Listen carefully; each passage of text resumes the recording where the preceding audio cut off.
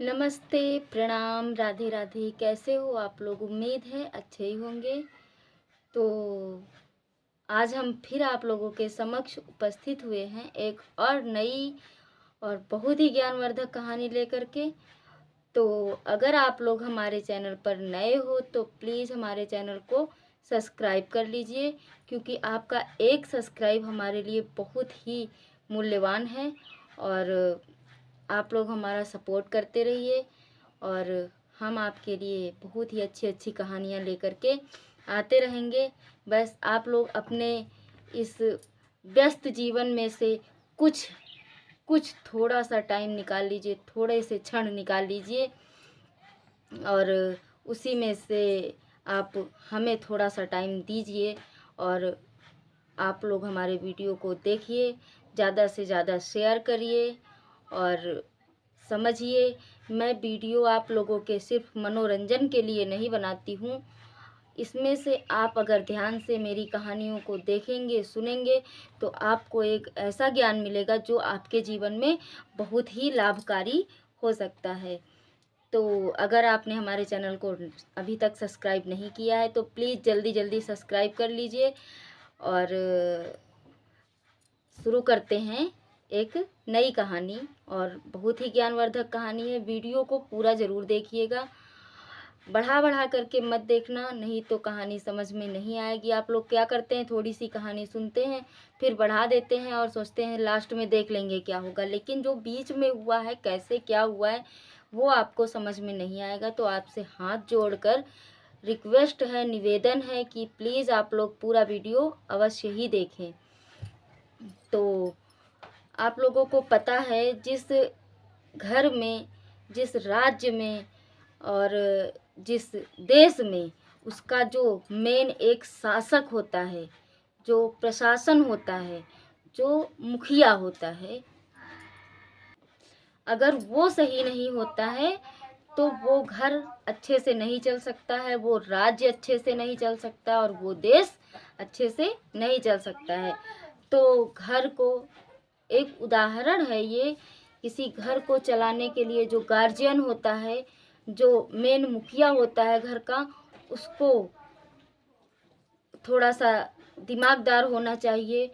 और उसी की वजह से अगर वो सही नहीं है, वो हर जगह अपना दिमाग सही से नहीं लगा पा रहा है, तभी घर नहीं चल पाता है। और अगर मान लीजिए कोई राज्य है, वहाँ का राजा सही नहीं है, तो कैसे राज्य चलेगा? अगर हमारी सरकार सही नहीं है तो हमारा देश कैसे चलेगा? तो बस इसी विषय में हम आपको आज इस कहानी के माध्यम से समझाएंगे कि जहाँ पे मुखिया सही नहीं होता है, वहाँ के हालात क्या होते हैं। तो आइए सुनते हैं। तो एक ऋषि थे और उनके एक शिष्य थे, उनके चेले थे। तो दोनों लोग अपना भ्रमण करते थे, इधर उधर गांव-गांव में जा कर के भिक्षा मांगते थे और सबको एक सीख, एक अच्छा उपदेश देकर जाते थे। लेकिन वो उपदेश किसको देते थे, सीख किसको देते थे? जो उनकी बात को समझता था, जो सुनता था, उन्हें लगता था कि हाँ, अगर हम इस व्यक्ति को बताएंगे अपनी बात तो ये समझेगा, ये सुनेगा इसको और इस पर अमल भी करेगा। अन्यथा जो उन्हें लगता था कि अरे ये तो सुनेगा ही नहीं, ये तो समझेगा ही नहीं, तो व्यर्थ में वो अपनी बात किसी को नहीं बताते थे, जिसे देख करके उन्हें लगता था कि हाँ, ये व्यक्ति अच्छा है, ये मेरी बात को समझेगा, सुनेगा और उसको चिंतन करेगा, मनन करेगा और उसके ऊपर अमल करेगा, तभी वो बताते थे। अन्यथा सबसे अपनी बात कहते नहीं फिरते थे। तो इसी तरह वो भिक्षा मांगते मांगते, अपना उपदेश देते देते किसी एक नगर में जा कर के पहुँचे। और वहाँ पर एक गांव के बाहर एक आम का पेड़ था। उस पेड़ के नीचे गुरुजी जो थे वो बैठ गए और अपने चेला से कहने लगे कि बेटा जाओ, और ये सामने एक बड़ा सुंदर नगर दिख रहा है, इस नगर से कुछ खाने के लिए खरीद करके ले आओ। तो गुरुजी ने उनको एक टका दिया। टका पहले, आज जैसे 1 रुपया, 2 रुपया, 4 रुपया चलता है, इसी तरह पहले के ज़माने में टका चलता था। तो उन्हें एक टका दिया और कहा कि जाओ, इस एक टके का जो कुछ मिले खाने वाला तो ले आओ जाके। तो वो जो चेला था वो ले करके वो 1 टका और गया उस नगर में। जाने के बाद उसने उस नगर की बाजार देखी, बाजार बड़ी अच्छी बाजार लगी हुई थी। तो उसने जा करके वहाँ पर सब्जियों का रेट पूछा, तो उन्होंने बताया कि ये टके सेर हैं। और खाजा बिक रहा था, जो मिठाई होती है एक, तो उसका रेट पूछा तो वो भी टके सेर। तो उस चेला ने सोचा कि अगर हम ये सब्जियां ले जाएंगे, बनाएंगे, खाएंगे और इसमें अलग से हमको मिर्च मसाले और सब कुछ डालना पड़ेगा, और यहाँ पर देख लो मिठाई भी वही रेट है, तो हम मिठाई ही ना ले लें। भाई जब सब्जी भी वही रेट है, मिठाई भी वही रेट है, खाने की हर वस्तु वही रेट है, तो जब सबसे अच्छी जो चीज़ होगी लोग वही लेंगे। आप हो, अभी आप मार्केट जाओगे, बाज़ार जाओगे, और अगर आपको छेना भी वही रेट मिल जाए और नमक भी वही रेट मिल जाए तो आप छेना ही लोगे ना, कि ये इतनी अच्छी चीज़ है, ये वही रेट है, वही रेट ये भी है। तो वैसा ही किया उसने, और वो मिठाई ले ली।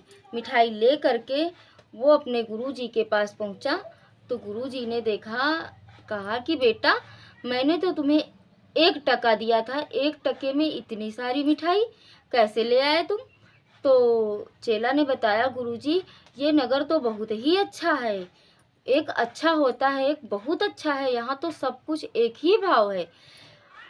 टके सेर यहाँ पे सब्जियां भी मिल रही हैं और टके सेर मिठाइयाँ भी मिल रही हैं। तो मैंने सोचा सब्जी लेकर के हम क्या करेंगे, सब्जी सूखी रूखी तो हम रोज ही खाते हैं, आज हम सोचे कि मिठाई खाएं। और हमें तो लगता है गुरुजी हम लोगों को यहीं रहना चाहिए, रोज खाए मिठाई उसी रेट में जिस रेट में हम लोग खाते हैं, सूखा रूखा जो भी पाते हैं वो खाते हैं, और यहाँ तो उसी रेट में हमें अच्छी अच्छी मिठाइयाँ खाने को मिलेंगी। तो गुरुजी बहुत चिंतित हो गए ये सुन करके कि इस राज्य में ऐसा क्या है जो सब्जियां भी वही रेट हैं, मिठाइयाँ भी वही रेट हैं, हर एक चीज़ वही रेट है।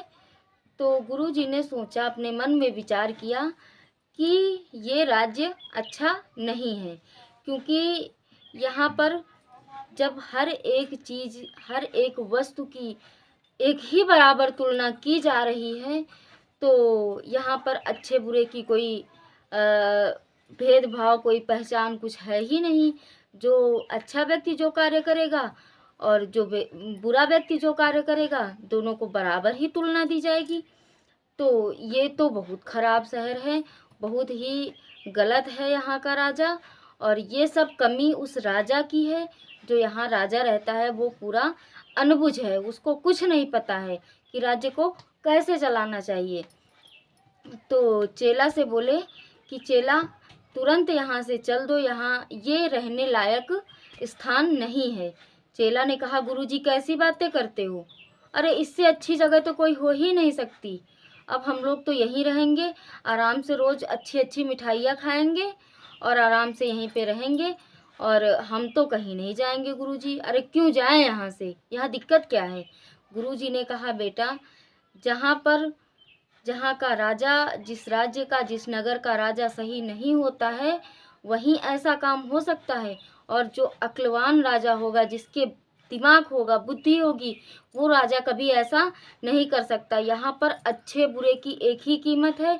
इसका मतलब ये अंधेर है, ये गलत है, और यहाँ का राजा बिल्कुल कुछ नहीं जानता, अनबुझ है। अंधेर नगरी अनबुझ राजा, टके सेर भाजी टके सेर खाजा। टके सेर यहाँ पर भाजी भी मिल रही है, यानी कि सब्जी मिल रही है, और टके सेर खाजा भी मिल रहा है, यानी कि मिठाई मिल रही है।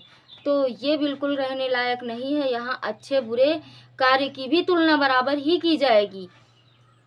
तो उस चेला ने कहा कि गुरुजी आप पता नहीं कैसी बेकार में बातें कर रहे हो, हम तो यहीं रहेंगे। तो गुरु ने कहा कि ठीक है, अगर तुम रहना चाहते हो तो तुम रहो, लेकिन मैं एक क्षण भी इस नगर में और नहीं रह सकता। तो गुरुजी वहाँ से चल दिए, और चेला से कहा कि अगर तुम्हें जब कोई बहुत बड़ी मुसीबत आए तो आप मन ही मन मुझे याद करना, और मैं अवश्य ही आऊँगा। वो गुरुजी जो थे वो सिद्ध पुरुष थे। तो उस चेला ने कहा ठीक है, मुझे किसी चीज़ की यहाँ ज़रूरत ही नहीं पड़ेगी, आराम से हमको क्या करना, भगवान का भजन करेंगे और बढ़िया तरह तरह की मिठाइयाँ ले लेकर खाएंगे। तो कहा कि ठीक है भाई। वो जो गुरुजी थे वो तो वहाँ से चले गए और उस चेला को वहीं छोड़ गए। तो उसी नगर में वो चेला रहने लगा और रोज़ वही तरह तरह की मिठाइयाँ खाता रहा, अच्छे अच्छे पकवान भोजन सब करता रहा और वो शरीर से हष्ट पुष्ट होने लगा, खूब मोटा ताज़ा हो गया, खूब तगड़ा हो गया।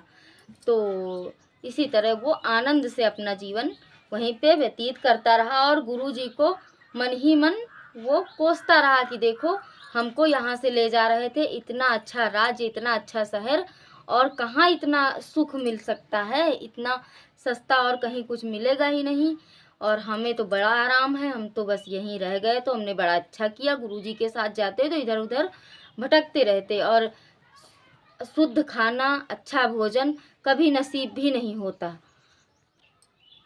उसके बाद में वो उसी तरह बढ़िया आनंद प्रेम पूर्वक अपना जीवन आनंद से गुजारने लगा।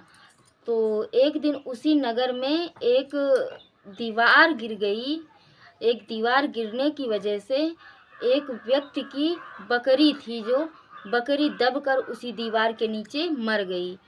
वो व्यक्ति जो था वो अपने राजा के पास पहुंचा और उनसे बताया कि राजन, ये जो मेरे पड़ोसी हैं उनकी दीवार गिर गई है, उस दीवार के नीचे मेरी बकरी दब करके मर गई है, मुझे न्याय चाहिए, मुझे न्याय दो। तो राजा ने कहा कि चलो ठीक है, तुम्हें न्याय अवश्य मिलेगा। उन्होंने क्या किया, अपने एक सैनिक को भेजा और भेज करके जिसकी दीवार गिरी थी उस व्यक्ति को बुलाया और बोला कि क्यों रे, कैसी दीवार बनाई है तूने, और दीवार गिर गई और उसकी बकरी दबकर मर गई। तो उस व्यक्ति ने कहा कि राजा साहब, मेरी कोई गलती नहीं है, मैं क्या करूं, वो दीवार मैंने थोड़ी ना बनाई है, उसको तो मिस्त्री ने बनाया है। तो मिस्त्री को बुलाया गया और कहा कि ये बताओ, ये कैसी दीवार बनाई है तुमने, और दीवार गिर गई और बकरी उसकी दब करके मर गई उसके नीचे। तो उस मिस्त्री ने कहा कि दीवार तो मैंने बनाई है, लेकिन उसकी ईंटें जो थी वो ईंटें नहीं सही थी, इसी वजह से वो दीवार गिरी है, मेरी उसमें कोई गलती नहीं है। तो राजा ने कहा कि ईंटें जहाँ से आई थी उस व्यक्ति को बुलाओ जिसके यहाँ से तुम ईंटें खरीद कर लाए थे। तो उस व्यक्ति को बुलाया और उससे कहा कि ये बताओ, ये कैसी ईंटें तुमने दी इनको, जो वो दीवार गिर गई और उसकी बकरी उसके नीचे दब करके मर गई है। तो उस ईंटे वाले व्यक्ति ने बताया कि मेरी उसमें कोई गलती नहीं है, ईंटें तो मैंने दिए हैं, लेकिन उन ईंटों पर जिस मिस्त्री ने मसाला चिपकाया है, जिसने उसको जोड़ा है ईंटों को, उसकी गलती है, मेरी कोई गलती नहीं है, और इसी वजह से दीवार गिर गई।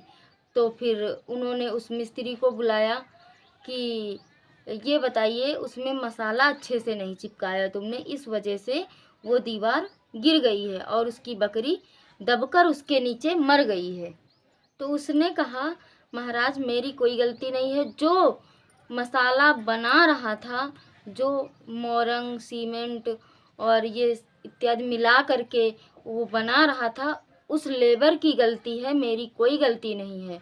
उस लेबर को बुलाया गया और कहा, कैसा मसाला बनाया तूने जो इसकी दीवार गिर गई है। उसने कहा कि मेरी कोई गलती नहीं है, मैं जिस पात्र से पानी डाल रहा था उस मसाले में चमड़े का पात्र होता था, पहले उस चमड़े के पात्र से ही पानी वगैरह डालते थे। तो वो पानी बोला कि मैं जिस पात्र से पानी डाल रहा था उस पात्र में पानी ज़्यादा रुक नहीं रहा था, इस वजह से मसाला कहीं कहीं सूखा रह गया, मेरी कोई गलती नहीं है।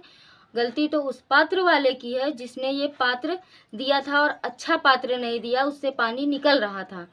उसने उस पात्र बनाने वाले को बुलाया, उस चमार को, चमड़े का पात्र वो चमार बना करके देता था, उस चमार को बुलाया और कहा, क्यों रे, कैसा पात्र बना कर दिया तूने, इस पात्र से पानी निकल रहा था जिससे मसाला अच्छा नहीं बन पाया और उसकी दीवार गिर गई।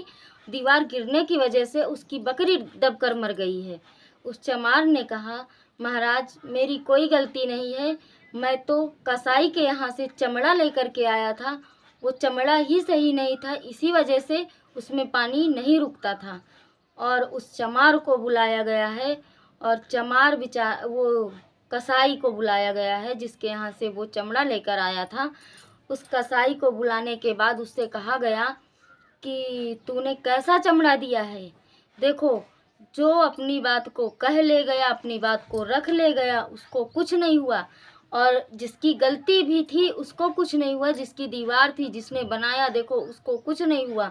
लेकिन वो एक दुर्बल, कमज़ोर, बूढ़ा व्यक्ति था जो कसाई था, वो आया, उपस्थित हुआ। उससे कहा गया, कैसा चमड़ा दिया तूने? इसकी बकरी जो है दब करके दीवार के नीचे मर गई है, वो दीवार गिर गई, उससे अच्छे से पानी नहीं गिर रहा था, इस वजह से मसाला सूखा रह गया, इस वजह से उसकी दीवार अच्छी नहीं बनी और वो दीवार गिर गई।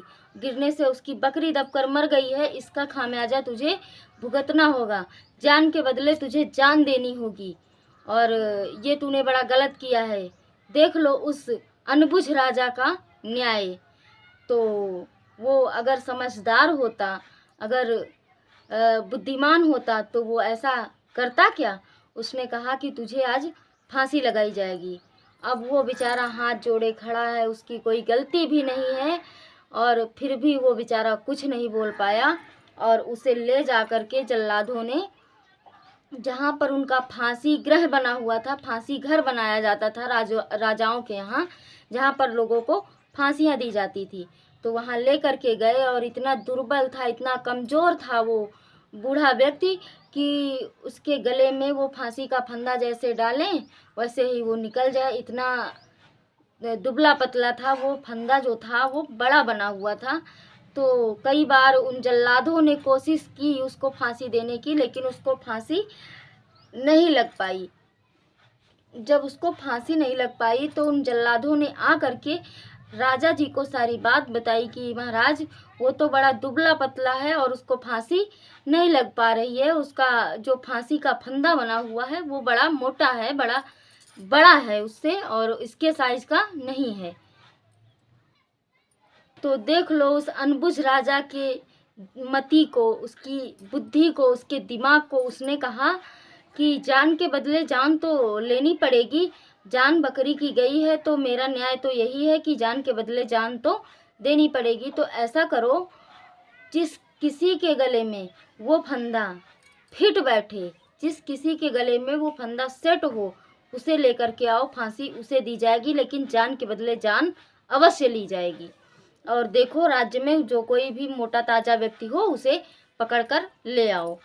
और उन्होंने अपने 2 सैनिकों को भेज दिया, और वो सैनिक जा कर के पूरे नगर में भ्रमण करने लगे। जब वो भ्रमण करते करते एक गांव से बाहर निकले तो देखा जो वही चेला थे वो बढ़िया खा खा करके मोटे हो रहे थे, खूब मोटे हो गए थे, एकदम हष्ट पुष्ट। उनका गला जो है इधर उधर घूम नहीं रहा था, इतने मोटे हो गए थे वो खा खा करके मिठाइयाँ। और वो खा ही रहे थे, तभी यहाँ से वो सैनिक लोग पहुँच गए उनके पास और उनसे कहा कि चलिए, आपको यहाँ के महाराज ने बुलाया। उन्होंने कहा, क्या ज़रूरत पड़ गई मेरी? तो उन्होंने कहा, चलिए, तो आपको बुलाया है। वो वहाँ से चल दिया और जा कर के महाराज के दरबार में पहुँचे। तो महाराज ने कहा कि देखिए, आज तुमको फांसी लगेगी। इतना सुन करके वो चेला चौंक गया, हाथ जोड़ने लगा कि महाराज, आखिर मैंने गलती क्या की है, किस वजह से मुझे फांसी लगेगी? महाराज ने कहा, तुमने कोई गलती नहीं की है, तुम्हारी कोई गलती नहीं है, लेकिन तुमने जो है अपना शरीर बड़ा हष्ट-पुष्ट बना रखा है। तो हमारे यहाँ पे, हमारे नगर में एक व्यक्ति की दीवार गिर गई थी, उससे उसके पड़ोसी की बकरी दबकर मर गई थी। तो मेरा न्याय यही है कि उसकी बकरी मरी है तो जान के बदले जान ली जाएगी, तभी उसको न्याय मिलेगा।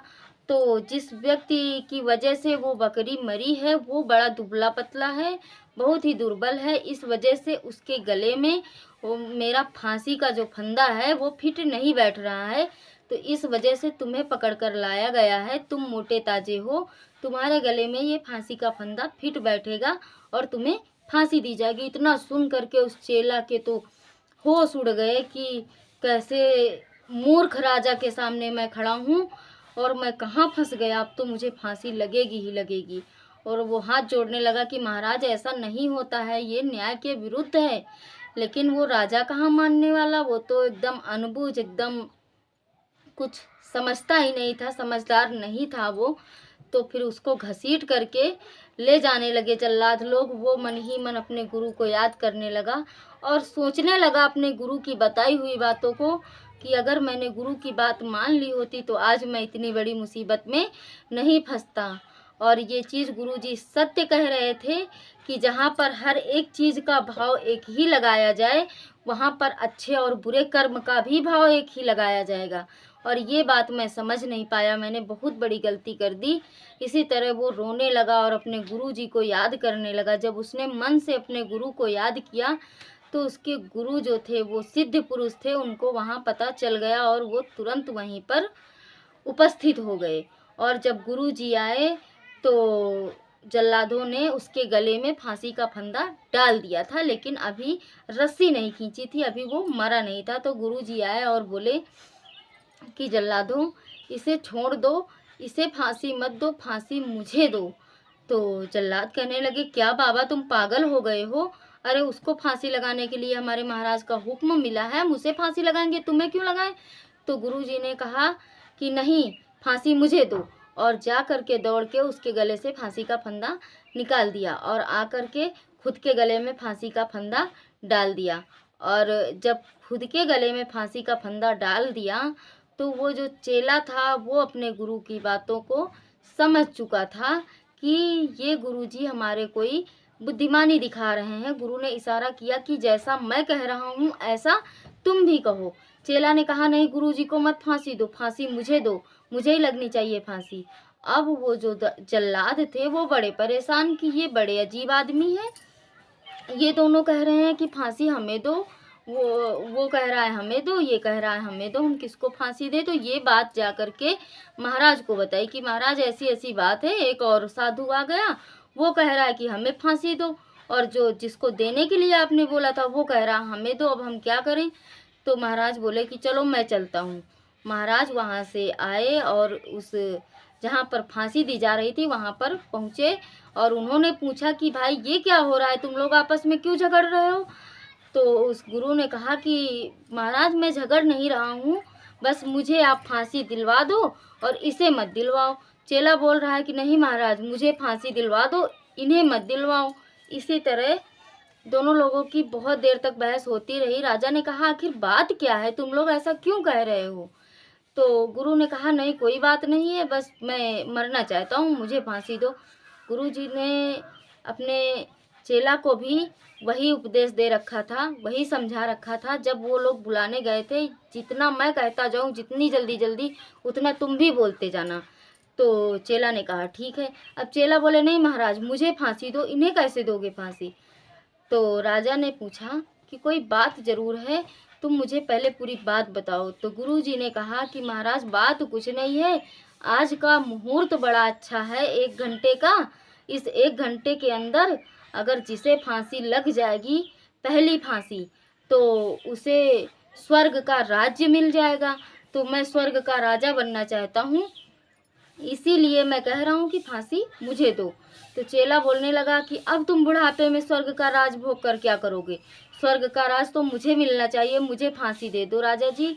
तो राजा ने सुना कि हमारे होते हुए ये दोनों स्वर्ग के राज्य के लिए लड़ रहे हैं, स्वर्ग का राज्य तो हम ही लेंगे। और दोनों को हटा करके बाहर किया और जल्लादों से कहा कि तुम लोग मुझे फांसी दो, स्वर्ग का राज तो हम ही भोगेंगे। और वो बेवकूफ़ राजा जो अनबुझ राजा था, और उसने क्या किया, अपने आप को ही फांसी लगवा दी और वो मर गया। तो ऐसी सूझबूझ के साथ उस चेला के गुरु ने उस चेला को बचाया है। चेला ने दोनों हाथ जोड़े और अपनी गलती पर पश्चाताप भी करने लगा कि मुझे माफ़ कर दीजिए गुरुजी, मैंने बहुत बड़ी गलती कर दी है। अगर आज आप नहीं होते तो आज मेरी जान चली गई होती और जिस राज्य में ऐसा अनबुझ, ऐसा बेहुदा, ऐसा बदतमीज राजा होगा जिसको राज्य चलाने के बारे में कोई ज्ञान नहीं है, तो उस राज्य का यही हाल होगा। तो हम आप लोगों को इस कहानी के माध्यम से यही शिक्षा देना चाहते हैं कि हमारे घर का और हमारे गांव का और हमारे राज्य का जो मुखिया होता है वो सही होना चाहिए, तभी हमारा घर सही से काम करेगा। नहीं तो गलती किसी और की है, सज़ा किसी और को मिल रही है, काम जो किसी और को करना है वो किसी और को मिल रहा है। जब तक जो मुखिया है वो समझदारी से काम नहीं करेगा, तब तक घर नहीं चल सकता और गांव नहीं चल सकता और राज्य नहीं चल सकता, देश भी नहीं चल सकता है। तो जो मेन मुखिया है वो सही होना चाहिए। बीच में घर वालों में और गांव वालों में, नगर वालों में कुछ दो चार गड़बड़ भी होंगे तो भी कोई फर्क नहीं पड़ने वाला है।